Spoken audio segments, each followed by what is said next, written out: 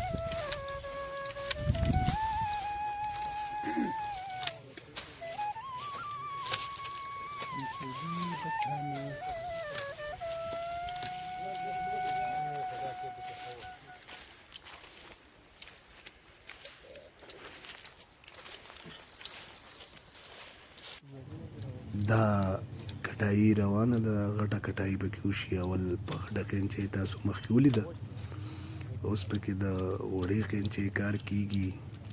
ملګري لګیا دي، باغ کې کار روان دی، او د وړې قینچۍ کې د لاندې کم چې ورته وایي لاندې حصه دې ته جالۍ وایي. جالۍ د وړه دانې خو ډېرې باغ کې ډېر برکت راوباسي.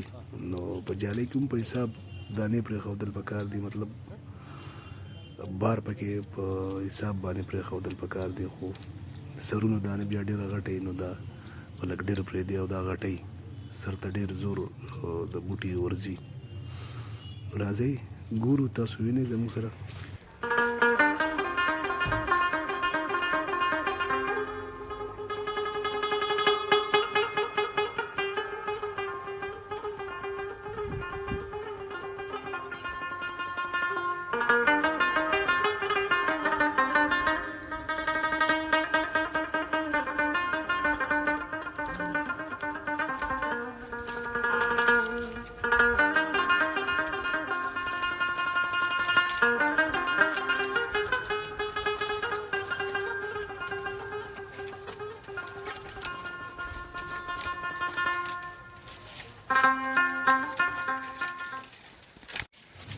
دا بیوټي الوچه ده، د سیزن کې د ټولو نه اول را رسي، او ریټ یې هم ډېر ښه وي، او ښکلې هم وي.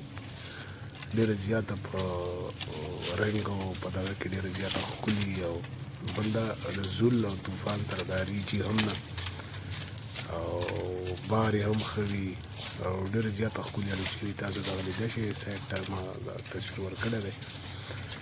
نو روانه ده کټایي. راځئ چې زده کړو څه نه څه زده کړو. ستاسو په کور کې یا په روزي کې به یو بوټی راسره وي چې تاسو پوه یئ چې یاره دا بار دی، دا کومې سپینې لښتې چې ښکاري دا بار نه دی، دا به کټ کوو. او دا کومې تورې وړې وړې څانګې چې دي په دې کې به بار نیسي او الوچه به پکې نیسي، مطلب بوټی به د بار نه ډک په دې کې. نو دغه به نه کټ کوو او دا سپینې څانګې به انشاءالله تاسو پوه شوي یئ چې دا به کټ کوو. په دغه فروټ انفارمیشن ما ډېرې ولاګې کړي دي، دغه د بیوټي الوچې ولاګ پکې هم دی، تاسو کتلی شئ.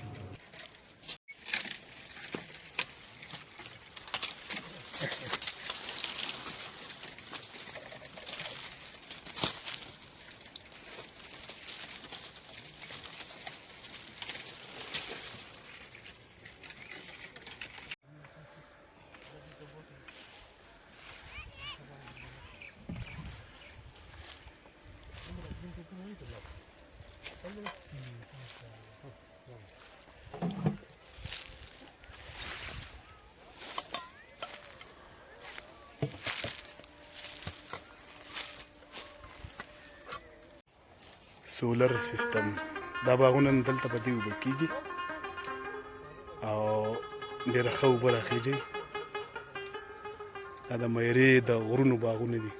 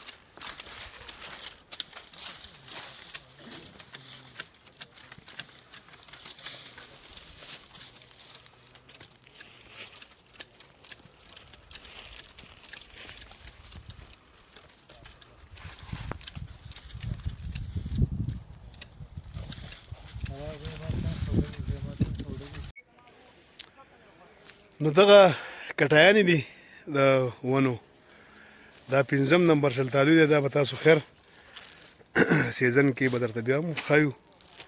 د سوات باغونه دي، دا د شورګرو نه دي، دا د میرو باغونه دي، خو بهرحال بوټي بیا هم ښکلي دي او کړاو پکې ډېر دی او په دغه وجه لږ ګڼ پرېښوده چې که وکړي نو رېجولی شي، خو چې ونه نیسي نو بیا ورسره څه نه کېږي. دغه باغ دی، تاسو کتلی شئ چې وختي مونږ تاسو ته د برې نه ښودلی و، لا کټ شوی نه و، اوس کټ شو او داسې دا د ژوند هلې ځلې روانې دي په دې. نو فروټ انفارمیشن به درله کوو، د فروټ ونې بیا کټینګ او د دې بیا سنبالښ و، په دې بیا سپریګان او دا ډېرو سختو نه وځي او د سوات میوه بیا په یو په فرق خوږی ښکلي، نو په دغه وجه باندې بیا خرڅېږي هم ښه او ریټ یې هم ښه. نو ملګرو په دې کې دغه بیوټي الوچه هم ده، شلتالو هم دی، دوه دي، که یو نه نیسي بل خو نیسي. نو تاسو هم دا نه ده چې یو پکې نه کېږي بل پکې نشي نالولی، نو فاصله لږه بوټي له ورکئ او نور پکې هم نال کوي. قسمه قسم میوې نشپاتۍ دي پکې، د هغې ویډیو به درته زه په وخت ښایم. نشپاتۍ ډېر زبردست نشپاتۍ یو قسم راوتی دی، د هغې نوم او هر څه طریقه کار به درته هم وښایم. نو دا بارونه دي، بار دا غنې غنې تاسو ته ښکاري، دا ټول بار دی د الوچې او دا کټ شو. نو زما د ډېر خوږ ورور د ډاکټر کرن خان یو هیشټیګ دی، یو کس یو بوټی، نو باید چې مونږ پوه شو په دې چې دا څه وایي. نو په کور کې، په پټو کې، په هر ځای کې چې مونږ بوټي نال کړو، میوه به ترې هم واخلو او سوری به هم وي او اکسیجن به هم پوره وي.